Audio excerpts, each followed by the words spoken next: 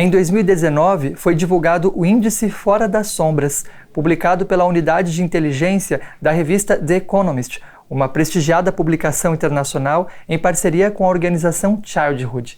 Este levantamento comparou 40 países. O Brasil ficou na 11ª colocação.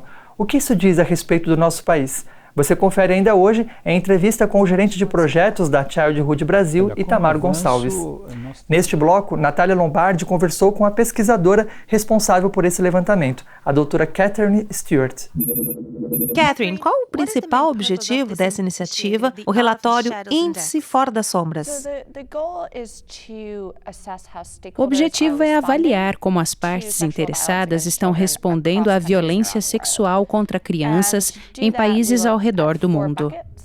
E para isso, analisamos 4 pontos relevantes para a resolução desse problema. No primeiro, olhamos para o ambiente em que ocorre o abuso sexual infantil. Desde locais de risco, analisando a insegurança e a instabilidade, até os programas de proteção às crianças, os aparatos de cumprimento da lei que protege as crianças. Também analisamos a estrutura legal que estabelece uma base de proteção contra o abuso sexual e a exploração infantil nos países.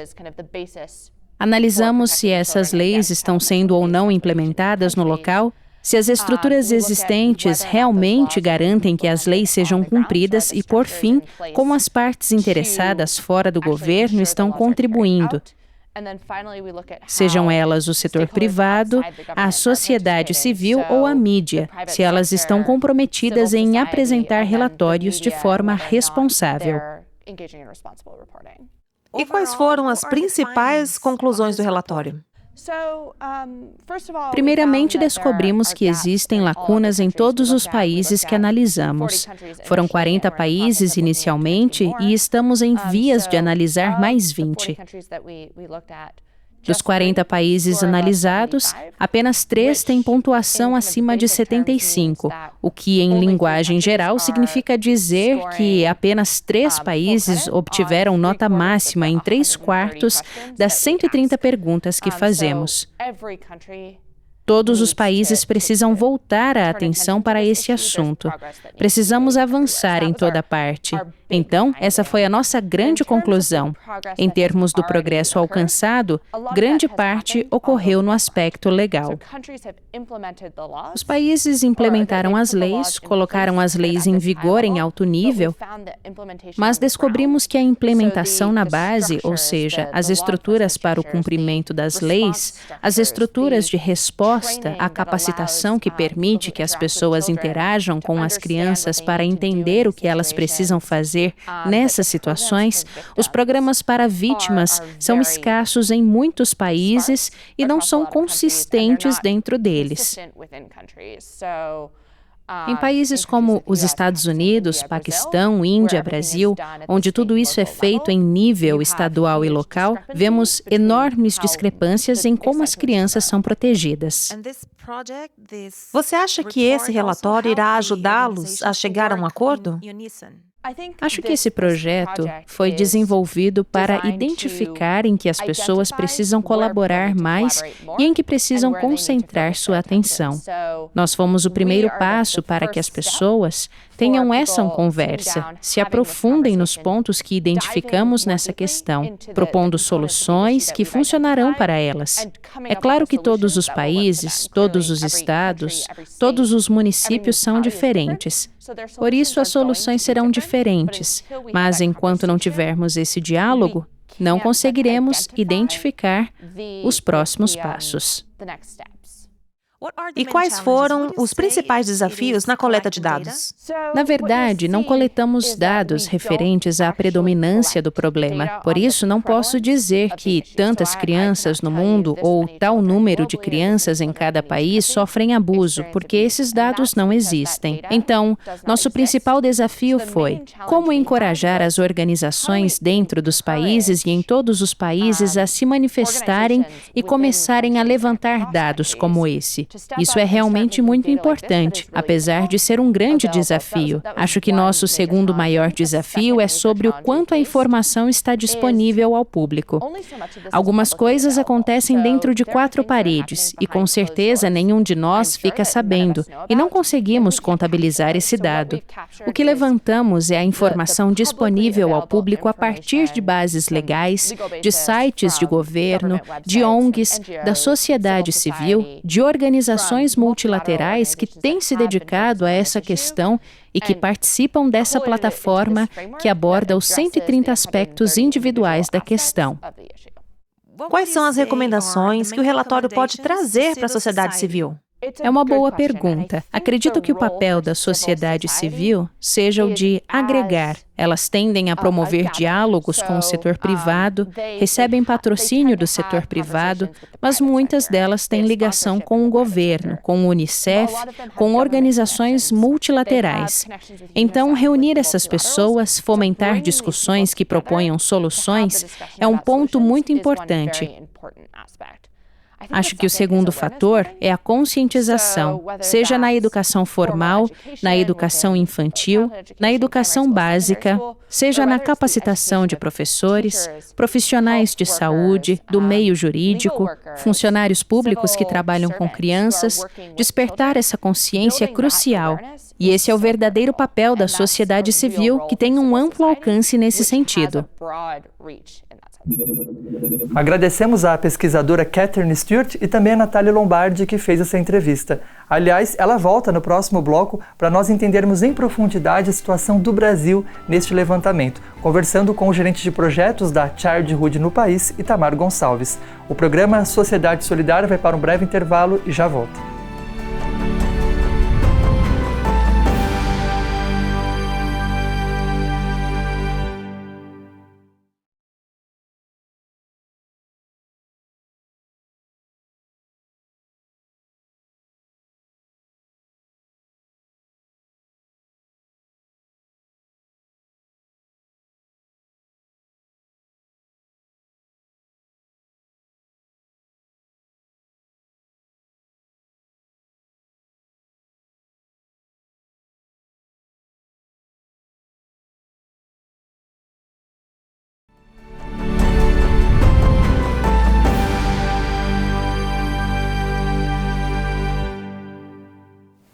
Programa Sociedade Solidária de volta. Na edição de hoje você já conheceu os principais destaques de um levantamento internacional que comparou 40 países a respeito do combate ao abuso e à exploração sexual de crianças e adolescentes. O índice Fora das Sombras, realizado pela Unidade de Inteligência da revista The Economist, uma prestigiada publicação internacional em parceria com a Childhood.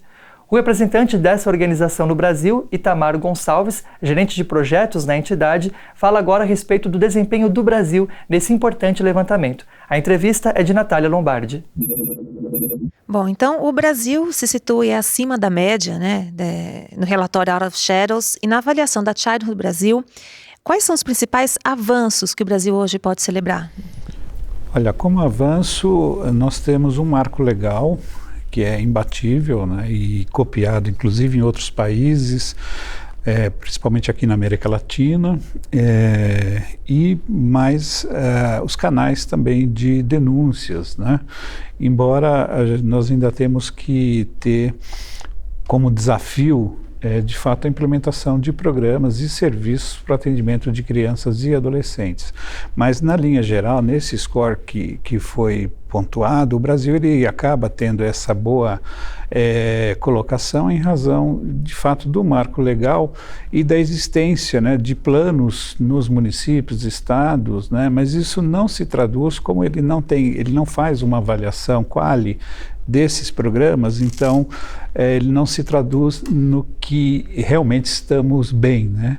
Mas ele dá um indicativo de que estamos caminhando para uma sociedade aí mais justa e protetiva em relação às nossas crianças, principalmente na temática da violência sexual contra crianças e adolescentes. E de que forma a Childhood se dedica a combater o abuso e a exploração sexual infantil no Brasil? Olha, nós temos várias frentes de atuação, né, principalmente junto ao setor privado, e aí com foco muito forte para se evitar a exploração sexual nos diversos municípios, né, onde se tem grandes empreendimentos, trazendo o setor de turismo, trazendo as empresas de tecnologia para pensar soluções e, de fato, ter uma atuação ética em relação às crianças e adolescentes. Agora, nós temos uma atuação também e preocupação de muitos anos, que é com relação à prevenção. Então, esse trabalho que vocês fazem na mídia, ele é muito importante, porque ele leva para os lares brasileiros, né? E eu sei que a TV, ela tem uma audiência bastante grande, a importância desse tema, a importância de estar atento e de ser uma família, de fato, responsável e que cuide, de fato, das crianças e adolescentes, né? Principalmente com a educação, né? Do toque do sim, do toque do não, né? Então nós temos programas e projetos onde a gente atua, né? Dessa forma, incentivando a questão da autoproteção de crianças e adolescentes. Não jogar a responsabilidade para a criança, mas a criança ela tem que saber que ela pode dizer não, né? E muitas vezes quando ela fala não, ela consegue impedir essa situação de violência, né?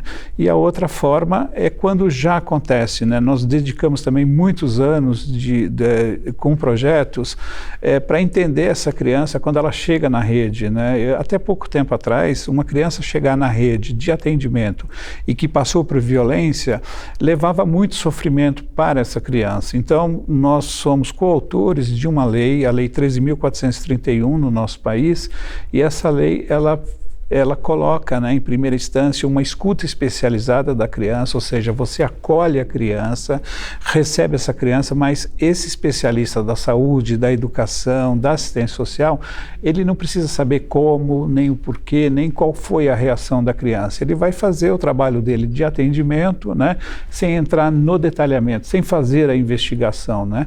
Até pouco tempo atrás, o que esses profissionais faziam era a investigação do fato ocorrido, né. Isso gera muito sofrimento para quem já passou por toda essa situação, e a gente sabe que a maioria das vezes ela não é uma situação pontual, né? Na maioria das vezes isso se repete até por anos, né? Então nosso projeto com relação a essa lei foi de garantir que a criança fale sobre o fato ocorrido apenas uma vez, né?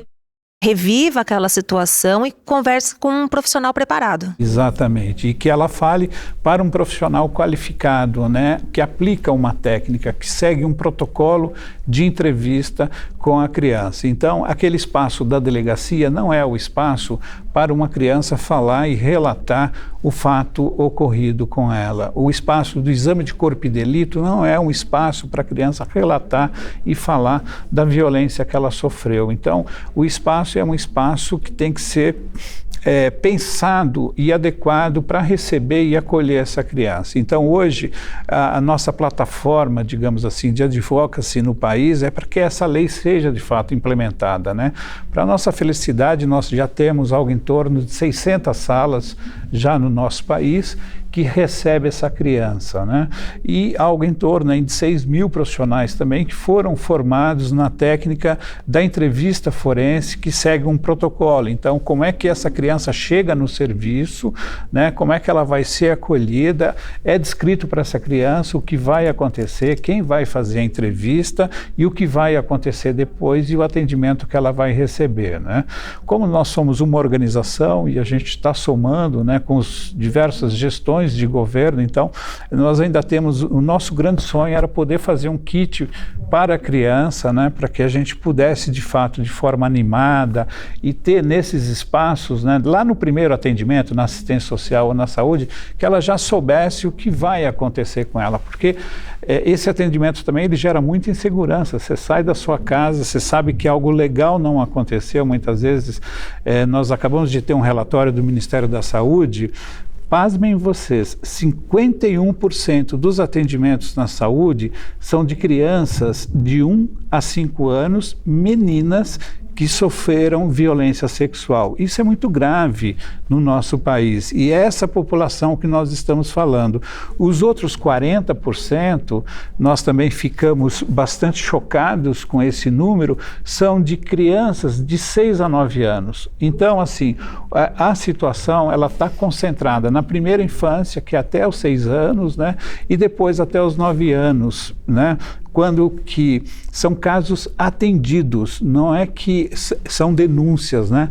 E a nossa memória, né, de pesquisa é que a concentração estava entre 7 e 12 anos. Obviamente que continua com meninas, né? Essa é uma situação que está posta, mas nós descobrimos, né, esse é um relatório técnico, é um relatório das notificações, é aquele relatório, boletim de agravo.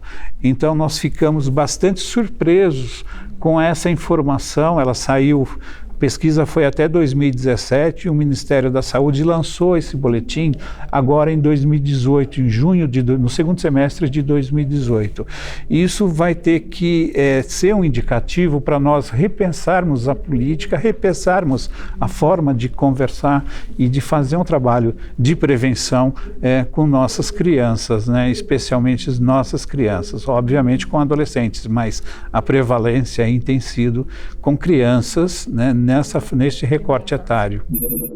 Muito obrigado, Natália Lombardi, também ao gerente de projetos da Childhood Brasil, Itamar Gonçalves, por esses importantes esclarecimentos a respeito desse tema tão importante e tão atual. A Legião da Boa Vontade, em parceria com toda a rede que se dedica a proteger os direitos de crianças e adolescentes, também desenvolve projetos preventivos nessa área, a fim de colaborar com as famílias para que cada vez mais toda a sociedade esteja preparada para combater e erradicar esse problema do abuso e da exploração sexual de crianças e adolescentes.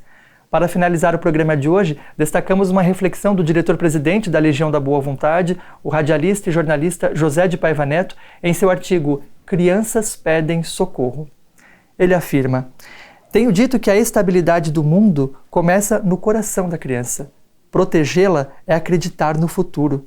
Por isso, na rede de ensino da LBV, há tantos anos aplicamos a pedagogia do afeto e a pedagogia do cidadão ecumênico, um esforço de boa vontade para aliar a educação aos valores espirituais ecumênicos.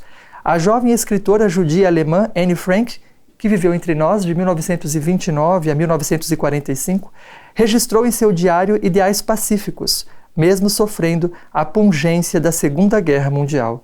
Seu corajoso testemunho afasta o pessimismo que só aumenta as enfermidades sociais dos povos. Abrir aspas para as palavras de Anne Frank. Apesar de todos e de tudo, eu ainda creio na bondade humana. Fechar aspas e conclui Paiva Neto. Façamos, pois, a nossa parte em prol de tempos melhores. E é com essa convocação que nós finalizamos mais essa edição do programa Sociedade Solidária, convidando a você, a todos que acompanham o programa, para que cada vez mais nos engajemos em lutas tão nobres como essa.